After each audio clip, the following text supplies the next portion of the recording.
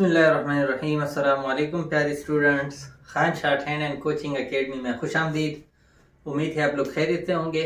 आज हम exercise number 1.3 कर रहे हैं, क्लास 9 मैथ्स का पार्ट 1। ठीक है, आज हम मैट्रिसेस में 1.3 यूनिट नंबर 1 में 1.3 कर रहे हैं। ठीक है, तो अच्छा, क्वेश्चन नंबर 1 दिया गया है, let A and B by 2/3 matrices.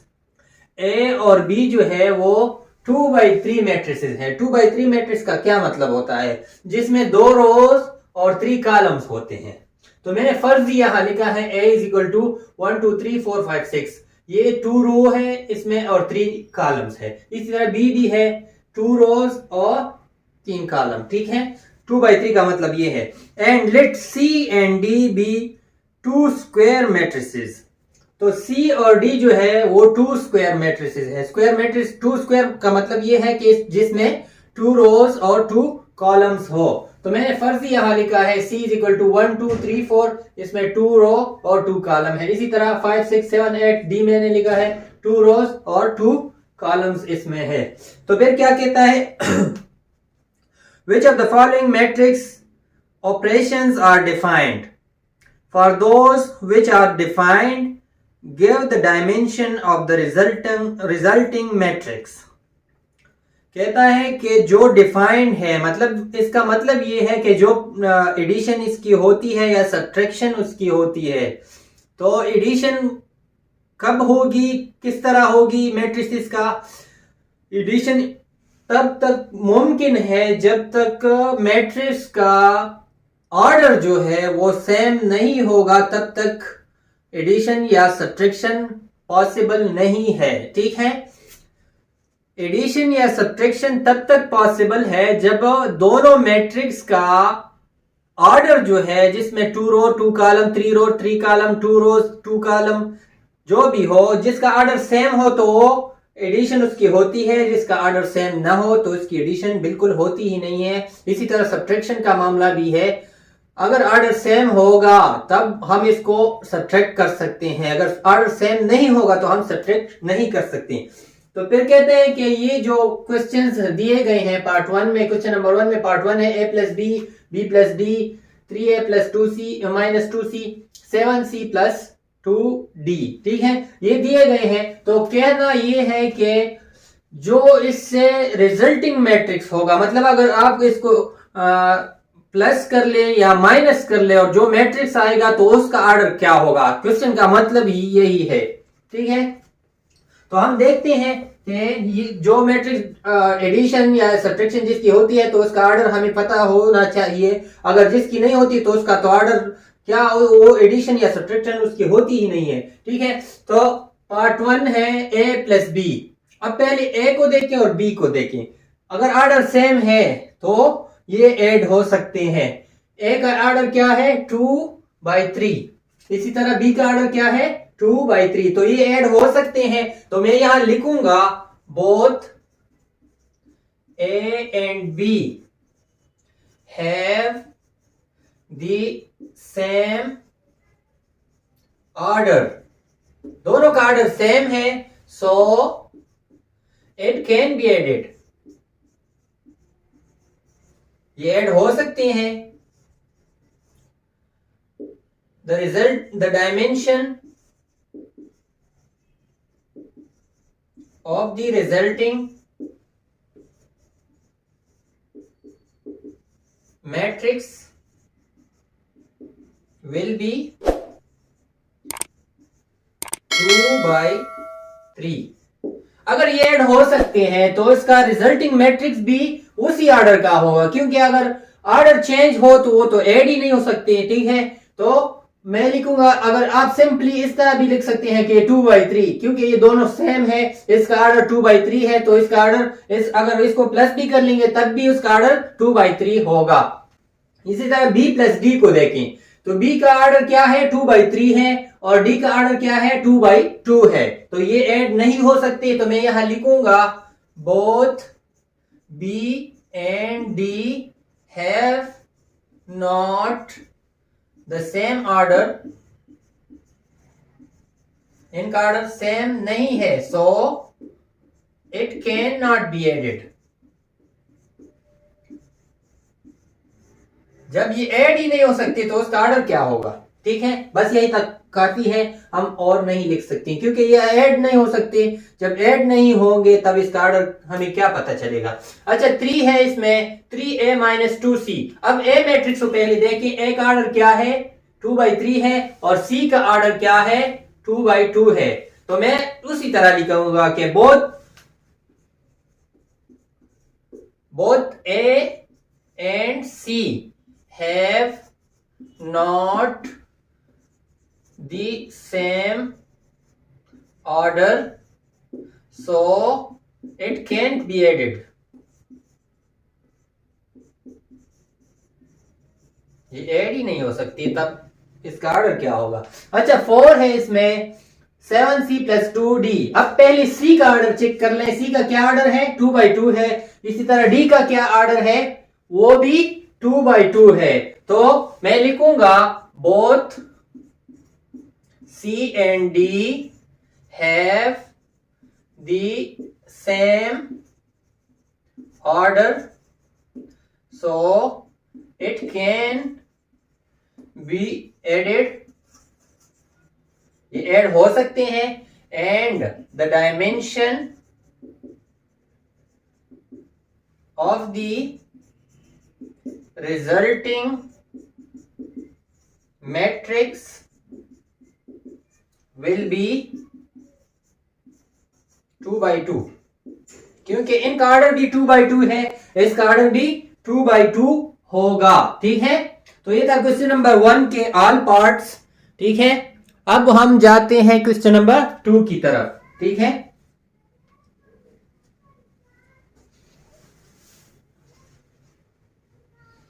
अब इसको देख लिया। अगर इससे आप स्क्रीनशॉट निकालना चाहते हैं तो स्क्रीनशॉट भी निकाल सकते हैं। ठीक है,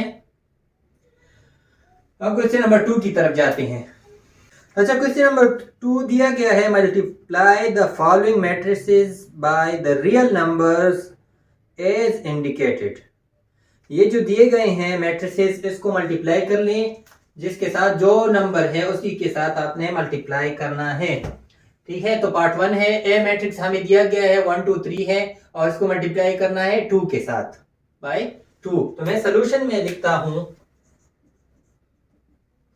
क्योंकि मैंने 2 के साथ इनको मल्टीप्लाई करना है तो 2a मैं यहां लिखूंगा और यहां भी 2 लिखूंगा और इस मैट्रिक्स को इसके साथ मल्टीप्लाई कर लूंगा। ठीक है, तो 2a इज इक्वल टू 2 इसके साथ भी मल्टीप्लाई होगा, इसके साथ भी और इसके साथ भी। तो मैं आपकी आसानी के लिए इस तरह लिखता हूं 2 × 1, 2 × 2, 2 × 3, क्योंकि 2 सबके साथ मल्टीप्लाई होगा। तो 2a इज इक्वल टू 2 1 = 2, 2 2 = 4, 2 3 = 6। ये है आंसर। ठीक है, अब पार्ट 2 है, हमें दिया गया है बी मैट्रिक्स दिया गया है ABCDEF। ठीक है, और इसको मल्टीप्लाई करना है बाय P के साथ मल्टीप्लाई करना है। और P क्या चीज है? P रियल नंबर का क्या है? मेंबर है। ठीक है, तो इसको हम मल्टीप्लाई कर लेंगे। सोल्यूशन PB, क्योंकि B को P के साथ मल्टीप्लाई करना है, यहां भी मैं P लिखूंगा ABCDEF। इनको आप मल्टीप्लाई कर लें, PB आ जाएगा, ये PA के साथ में PA, PB, PC, PD, PE और PF। ये है हमारा आंसर क्वेश्चन नंबर पार्ट 2 का, क्वेश्चन नंबर 2 में पार्ट 2 का। ठीक है, तो ये था क्वेश्चन नंबर 2। अब क्वेश्चन नंबर 3 की तरफ जाते हैं। अच्छा क्वेश्चन नंबर 3 में दिया गया है, find a matrix X such that 4x is equal to, find matrix X such that 4x is equal to ये। ठीक है, हमने मैट्रिक्स X को फाइंड करना है और हमें क्या दिया गया है? 4x। ठीक है, तो सॉल्यूशन में मैं लिखूंगा 4x is equal to क्या? 1 2 1 4 2 3 -1 9 7। ठीक है, ये तो ऑलरेडी मुझे दिया गया है। अब ये मैंने x मैट्रिक्स फाइंड करना है। जब x ये 4x के साथ मल्टीप्लाई है तो उसको मैं क्या कर लूंगा, डिवाइड कर लूंगा बोथ साइड्स, इस साइड पे भी और इस साइड पे भी। जब मैं डिवाइड कर लूंगा, dividing by 4 on both sides, तो 4x divided by 4 is equal to 1/4। क्योंकि मैं इस तरह नहीं लिख सकता तो 1/4 लिखूंगा, और ये मैट्रिक्स 1 2 1 4 2 3 -1 9 7। ठीक है, ये 4 4 के साथ कैंसल, यहां मेरे पास रह जाएगा x। अब ये 1/4 सब के नीचे आप लिख ले।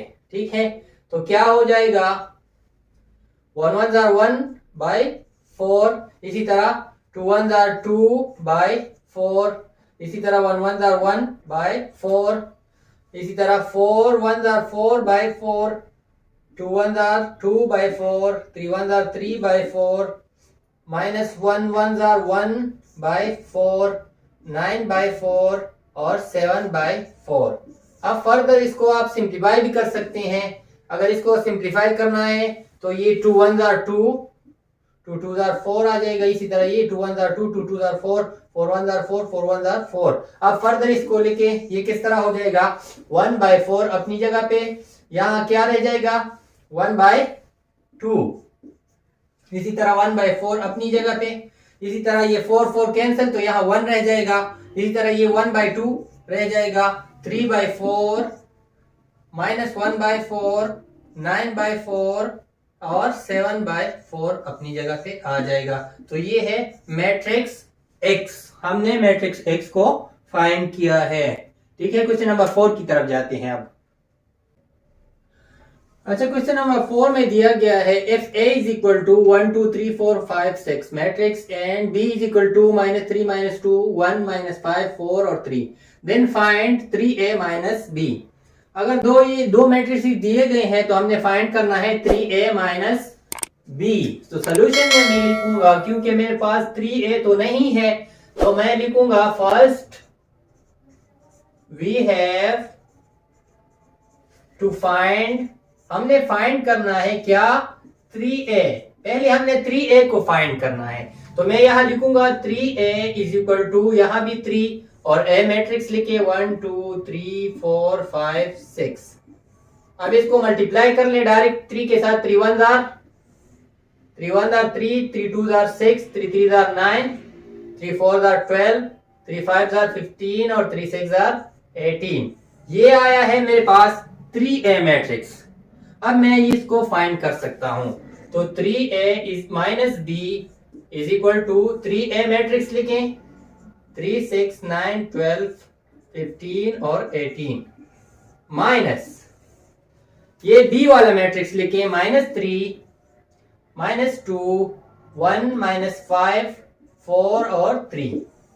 ये दोनों मैट्रिक्स हैं, इसको आपने माइनस करना है। 3A minus B is equal to 3 -3, क्योंकि यहां भी माइनस है।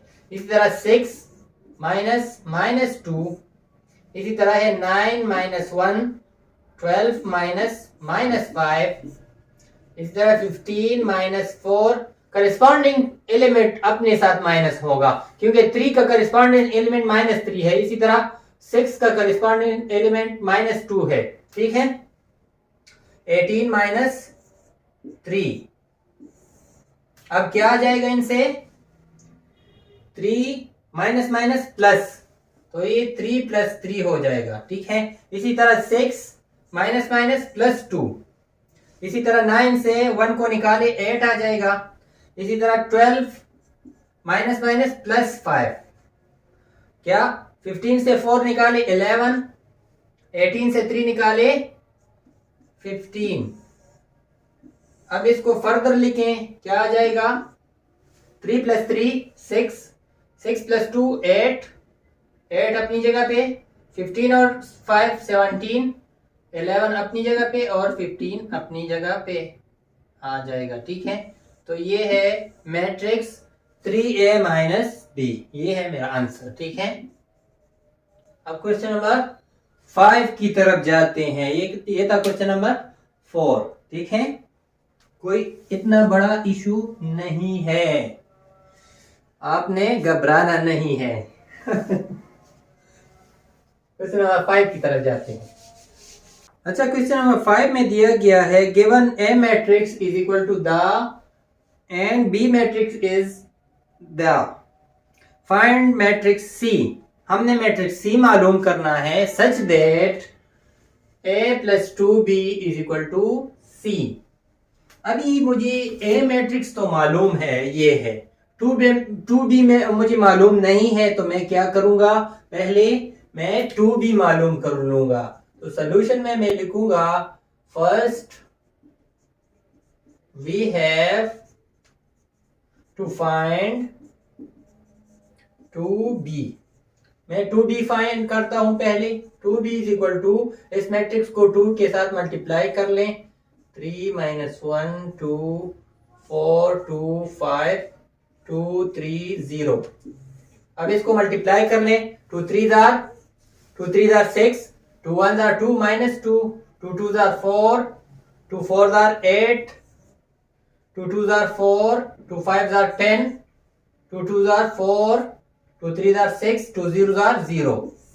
ये है क्या, 2b मैट्रिक्स।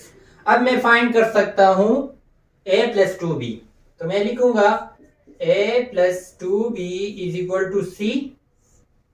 ये तो मुझे दिया गया है, तो अब मैं इसकी जगह क्या लिखूंगा, a की जगह a मैट्रिक्स 1 2 -3 5 0 2 1 -1 1। ये है a matrix plus 2b। 2b मैंने फाइंड किया है ऑलरेडी, तो 2b मैट्रिक्स ये है 6 - 2 4 8 4 10 4 6 0। अब इसको ऐड कर लें। a plus 2b is equal to, हर करिस्पॉन्डिंग एलिमेंट अपने करिस्पॉन्डिंग एलिमेंट के साथ लिख लें। तो 1 के साथ मैं क्या लिखूंगा, 1 प्लस 6। इसी तरह 2 के साथ क्या लिखूंगा, 2 प्लस -2। इसी तरह -3 के साथ क्या लिखूंगा, +4। 5 plus 8 0 plus 4 2 plus 10 1 plus 4 -1 plus 6 और 1 प्लस 0। हर एलिमेंट अपने करिस्पॉन्डिंग एलिमेंट के साथ प्लस होगा। तो 6 और 1 7, 2 - 2 तो ये कैंसिल, यहाँ 0 आ जाएगा। -4 से 3 को निकाले 1 आता है। इसी तरह 5 और 8 13, 4 + 0 4, 2 + 10 12, 1 + 4 5। 6 से 1 को निकाले 5 आता है और 1 + 0 1। तो ये है matrix which is equal to C matrix. हमने सी मैट्रिक्स फाइंड किया है। ये है मेरा आंसर क्वेश्चन नंबर 5 का। अच्छा, तो ये था एक्सरसाइज नंबर 1.3 का। क्वेश्चन नंबर 1 से लेके क्वेश्चन नंबर 5 तक हमने सॉल्व किए हैं, और ये था पार्ट 1 क्वेश्चन एक्सरसाइज नंबर 1.3 का क्लास 9 मैथ्स का। ठीक है, अगर लेक्चर पसंद आए तो लेक्चर या वीडियो को लाइक करना मत भूलिएगा। चैनल पर नए हैं तो चैनल को सब्सक्राइब करें। जिंदगी रही तो दोबारा मुलाकात होगी, तब तक के लिए अल्लाह हाफिज।